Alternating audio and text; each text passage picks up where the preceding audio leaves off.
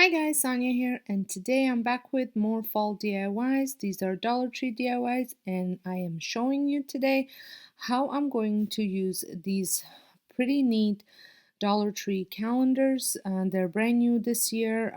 Our Dollar Tree never actually had any last year like this, so I am excited that I finally got some and I'm able to do some crafting with it.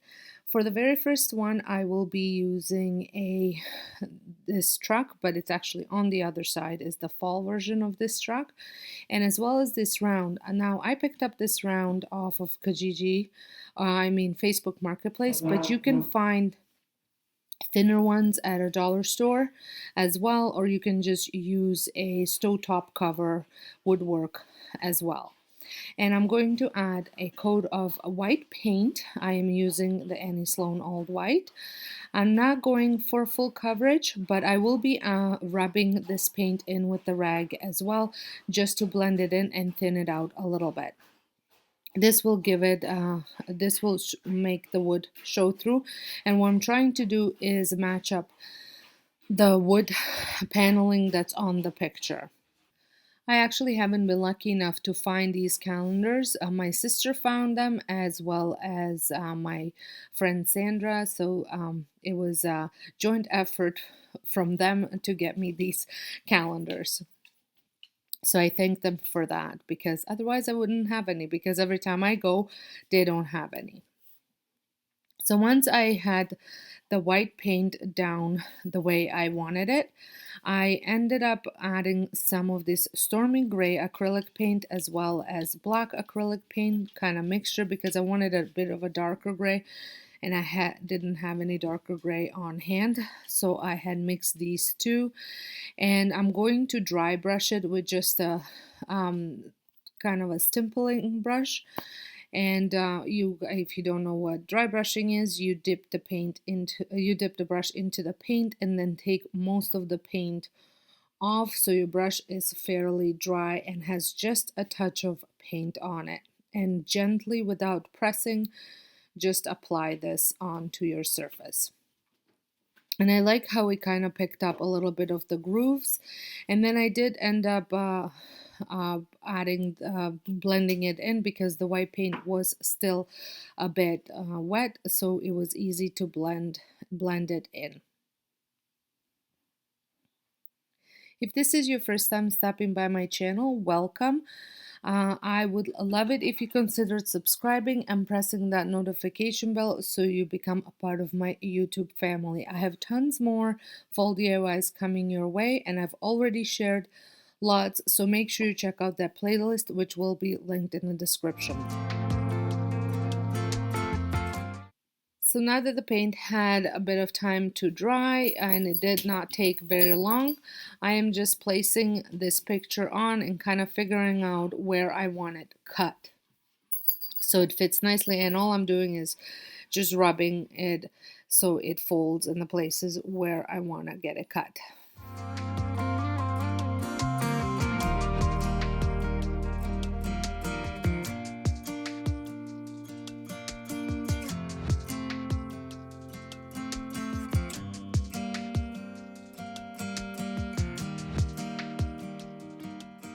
So I finally flipped the picture over so you can see the image that I will be using, and just double checking that everything is fitting on pretty good. And then I'm going to use some tacky glue to glue it onto the board. You could use hot glue if that's what you want, or even Mod Podge. I'm not sure whether school glue would actually work, but you could give it a try. And you want to cover all the edges of this image, because otherwise you don't want any of the ends to be lifting off. And once I had this exactly where I wanted, I pressed it down, and then I continued adding a little bit more white paint, because I did find that it was a little bit lighter than the picture, and just cleaning it up. And then I also went ahead again with that dry brush of gray and black paint. If you've been following along, you know how much I love using the truck in my decor. I have one on my coffee table in my formal living room that I just change out things that I put in it, and this will be the first year that I will be using it at fall because I did get it at Christmas time last year and I can't wait to decorate it. And you can watch all those decorating videos and how I use all of my DIYs over on my home channel, which is linked in my description box. Once all the bubbles and everything was out and the paint had a minute to dry, it did not take long to do so, I applied Mod Podge over the whole image.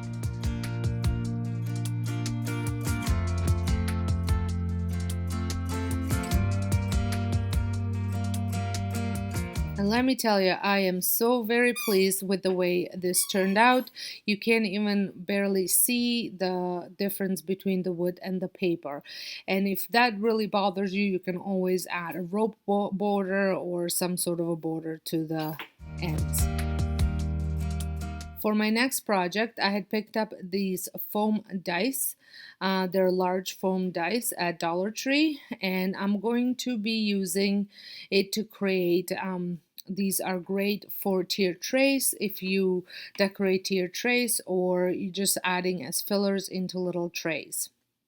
And first thing that I'm going to do is spray paint them with black. You can also paint them. I just thought spray painting was a lot faster. And I'm going to do all the sides but one.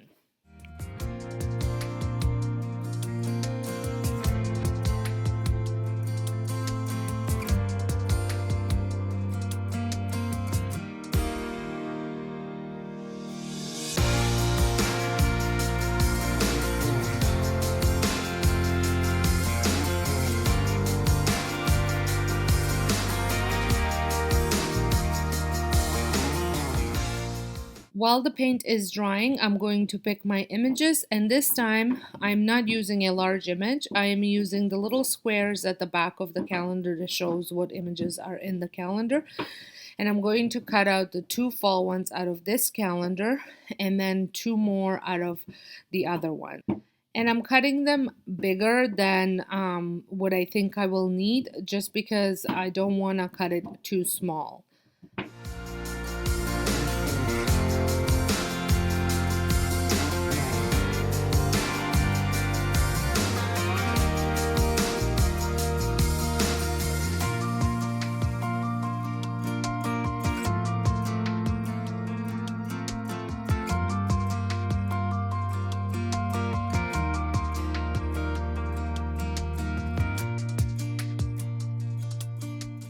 Now that all my images are cut, I am going to glue them on to the foam square dice. I'm just removing some of the paint that was on top of the unpainted side, and that's where I'm going to be adding the image. And the reason why I didn't paint the side is because the cards are pretty thick, so the image will not be showing through. As you can see, it's a little bit too big for the square, so I'm just folding it down to know where I need to cut it. And then I trim it to fit on to the square. I will be using Mod Podge to glue them on. I wasn't sure whether Mod Podge would work because of the foam, but it did end up working. I didn't want to use hot glue because I was worried that it's gonna melt the foam, but you will see later on I did end up using hot glue for something else on the foam and it did not melt it. And I apply the Mod Podge on top. You're technically supposed to wait for the Mod Podge to dry on the bottom before you apply it on the top, but that requires patience and sometimes it's just not there for me. I proceed the same thing for the rest of them.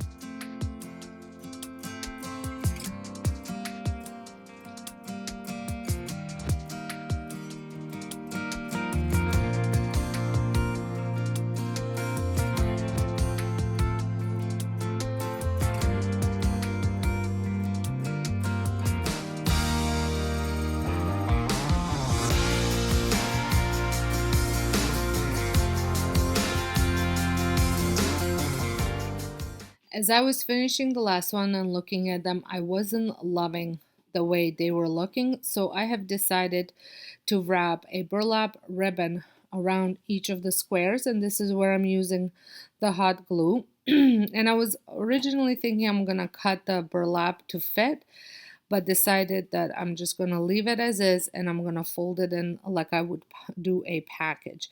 You have to be very careful with this because you will burn your fingers. So if you have those silicone covers for your fingers, use them. Or as you see, I'm using the makeup applicator to hold down the burlap onto the square. And I repeated this process for the rest of them, and I was very pleased with the way this ended up looking. I think it ended up looking much better than the just black. And if I left it just black, I would have had to add more paint to it because some of the little dots were showing through. So see, I just folded just the same way as I would fold a gift package.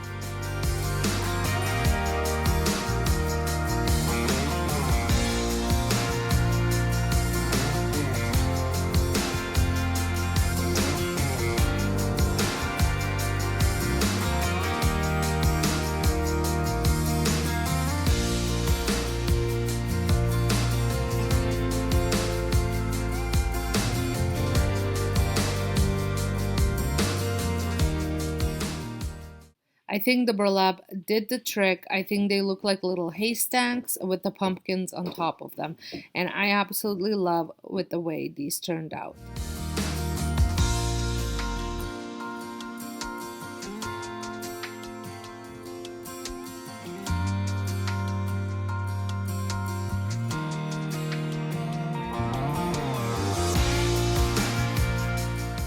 For my next project, I'm using these artist panels. They're wood. I love using these because I think they're perfect for signs or even gluing some of these things onto it. I do apologize for noise in the background. I tried to get away from them, but they follow me and my dog's chewing on his bone. So the first thing that I did was paint the inside white, and I'm not going for a full coverage. I tend to prefer where some of the backgrounds do show, especially if it's just a plain wood or, well, this is not really wood. I'm pretty sure it's like a particle board or something like that. I don't even know what it's called. Press board, particle board. And but it still has a little bit of wood grain on it, so I want some of that to show. And then I end up painting it with staining it with my favorite dark walnut stain, and I'm just using a rag for the border, and I think this just gives that framed picture look. And I'm trying to be very careful into this little corners, but I did end up having to fix a little bit with just a small paintbrush and some of that paint. Not a big deal. And don't forget to stain the sides as well on the outside.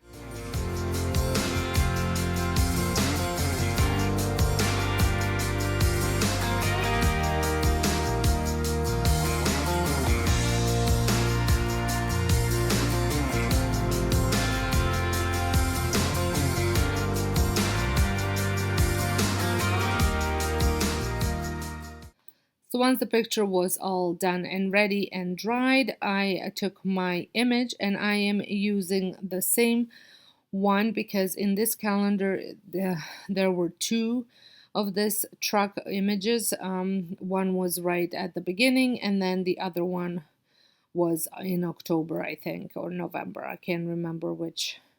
I think this one was October. And I'm going to cut the truck to the side to fit it into inside of that frame.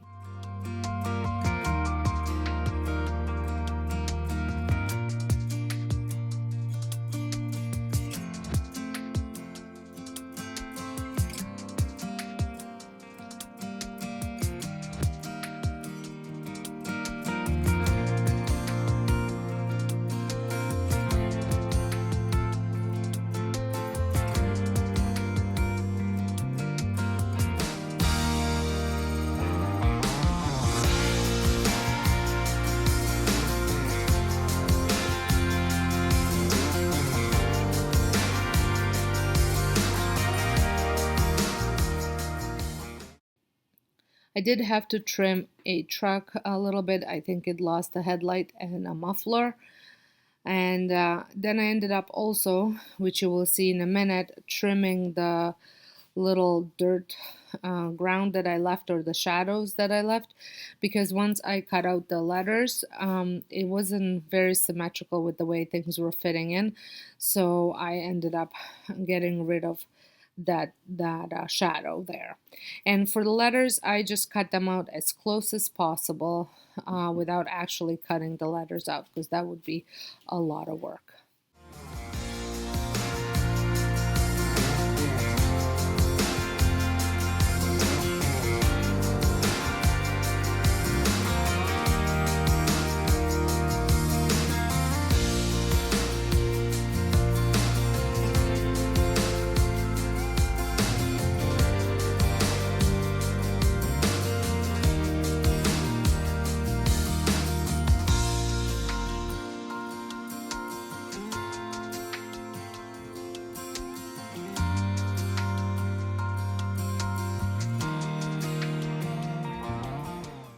So once I'm happy with where everything is positioned, I am adding some Mod Podge to it and gluing it onto the frame.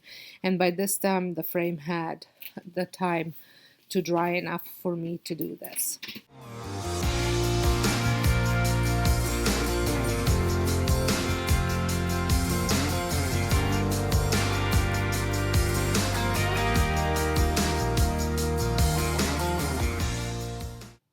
And I also apply the second coat of Mod Podge on top right away.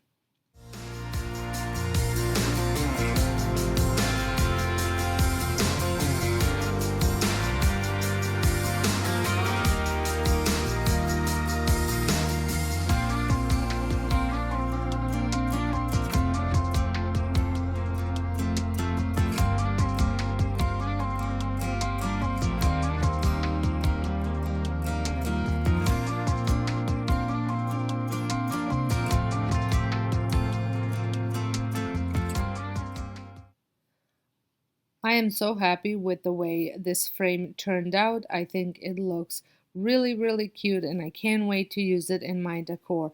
I feel you can't have enough trucks in your decor.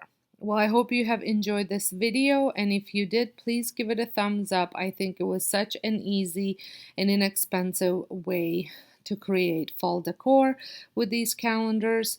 Let me know which one was your favorite, and don't forget to press that subscribe button if you're not. And I want to thank each and every one of you for stopping by and watching this video, and I'll see you all in my next one. Thanks for watching.